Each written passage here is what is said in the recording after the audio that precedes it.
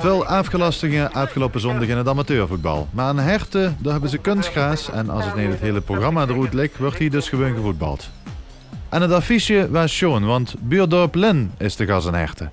En een echte derby dus tussen twee ploegen die allebei in de winning mood zijn. De Groenen van SAH zijn koploper, terwijl je vorige week al in dit programma kon zien dat Lin de tweede periodetitel pakte. Belooft dus een spannend duel te worden. Herten moet winnen om de koppositie vast te haaien en Lin zal de gooie serie willen doorzetten. In de eerste wedstrijd werd de SAH nog verrast door Lin, de ploeg die toen nog onder in de ranglijst te vinden was. De 2-0 zege van Lin zou ook meteen de ommekeer dit seizoen voor Lin betekenen. SAH zal dus op revanche loeren deze partij en het derby wil ze immers niet 2 keer achtereen verlezen.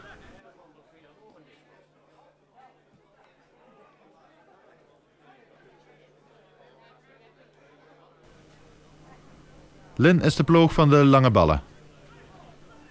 De kopbal van Rick de Volier zorgt nog niet voor gevaar voor de goal van SA-keeper Ruud Schumann.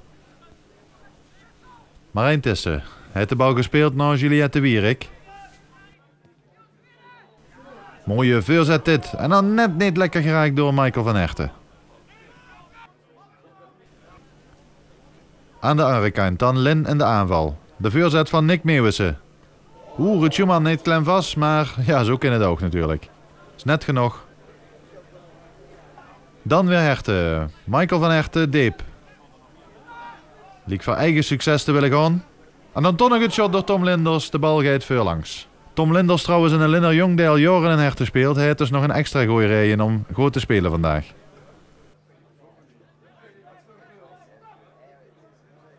Fraaie actie dit van routinier Marijn Tissen.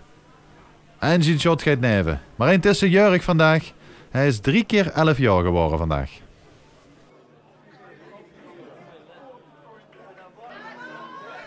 Hier is er weer een actie. Marijn Tissen. Boete spel gegeven. Ja, was dat wel zo. Het shot wordt gepareerd door Tom Broens, maar de redding was niet nodig geweest. De grensrechter had de vlag al omhoog. Linne onder druk nu. En dus de lange bal maar weer een snaveur. De tegenaanval is van Herten. De actie van Marijn Tissen. Nu de lange bal van Rick Reiner. Stuurt Tissen de diepte in. Daar komt Juliette Wierik. Nu dan. En weer niet. En dan toch nog de goal. Van hoe de onmogelijke hoek schiet Juliette Wierik wel raak. Het doelpunt zou er al een tietje aan te komen. En ondanks de redding van Tom Broens van Lin.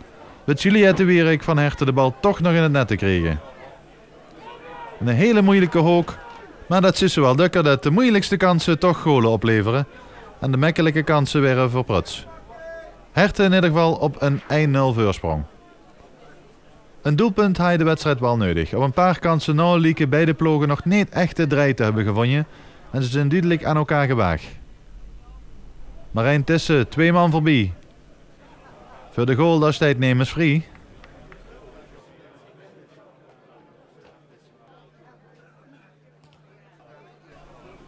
Nu Linne weer met Nick Meeuwissen. Bereik geen medespeler. Herten komt er snel uit. Nee, dit is geen boetespel en de scheidsrechter laat doorspelen. Dit is dus een enorme kans voor Michael van Herten. En dan doet er dit niet goed. Hij probeert de keeper uit te spelen. Wel opvallend dat de scheidsrechter laat doorspelen. Marijn Tissen weer ontsnapt. De voorzet komt niet aan. Maar Tissen is de ploeggeest voor de verdediging van Lin vandaag. Meer actie zouden we dan niet meer zijn in de eerste helft. SA heeft duidelijk op een grotere voorsprong kunnen staan hier. En moet nu hopen dat Lin in de tweede helft niet onder een angerveetje gaat tappen.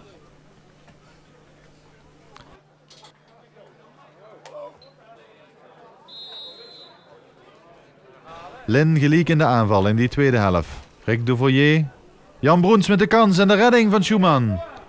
De intenties van Lin zijn in ieder geval duidelijk.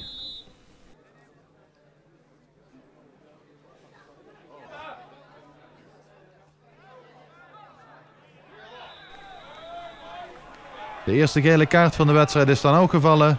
De scheidsrechter is met name voor de toesploeg erg strikt. Hield tot al wel de wedstrijd prima onder controle. De lange bal naar voor. Uiteindelijk keurig gekopt door Juliette Wierik.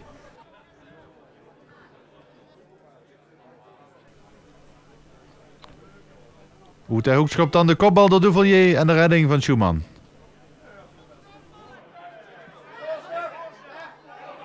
Martijn Hulsbos. Komt er nog een kans aan. Steek Belke en dan de overtreding gezien. Dan is het gevaar weer even geweken. Lin is uit de shop gekropen in de tweede helft en gaat op zoek naar de gelijkmaker. Dat is duidelijk. Invaller Michiel Vossen wordt stevig aangepakt. Maar verdient wel een corner hier met.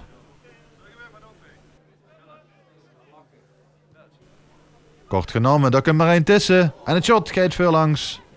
De gevaarlijkste man bij de toesploeg deze wedstrijd is de jeugdige Marijn Tissen. Opnieuw Marijn Tissen.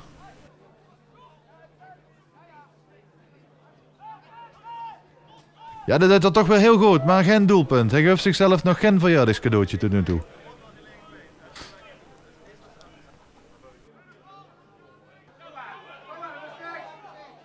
Vossen stuurt Tissen de diepte in. Tissen weer dreigen. En hoe dan? En even! Oh, maar inmiddels ook afgefloten vanwege boetespel. Het leek dus een enorme kans voor Vossen, maar een treffer hij niet geteld.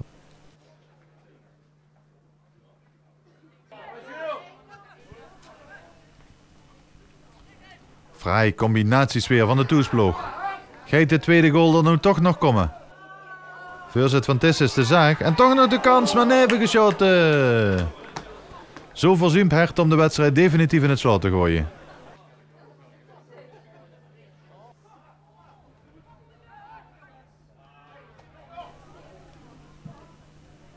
Mooie aanval weer. Nou jongens, schiet maar eens. Oh, een misverstand bij de twee aanvallers van Hertha. Ja, zo komt de tweede goal er natuurlijk nooit.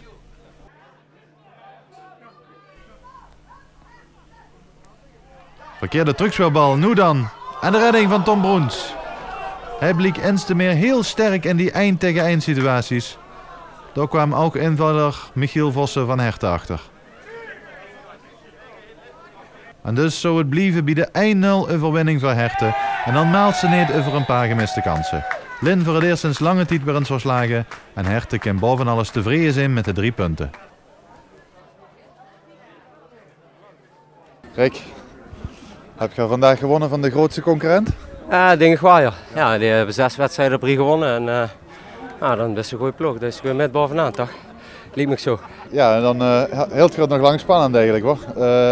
1-0 is dan net te weinig om de spanning weg te houden. Ja, we hadden kansen genoeg op 2-0 en zelfs nog de 3-0 denk ik. Maar ja, als ze niet vallen dan blijft het spannend.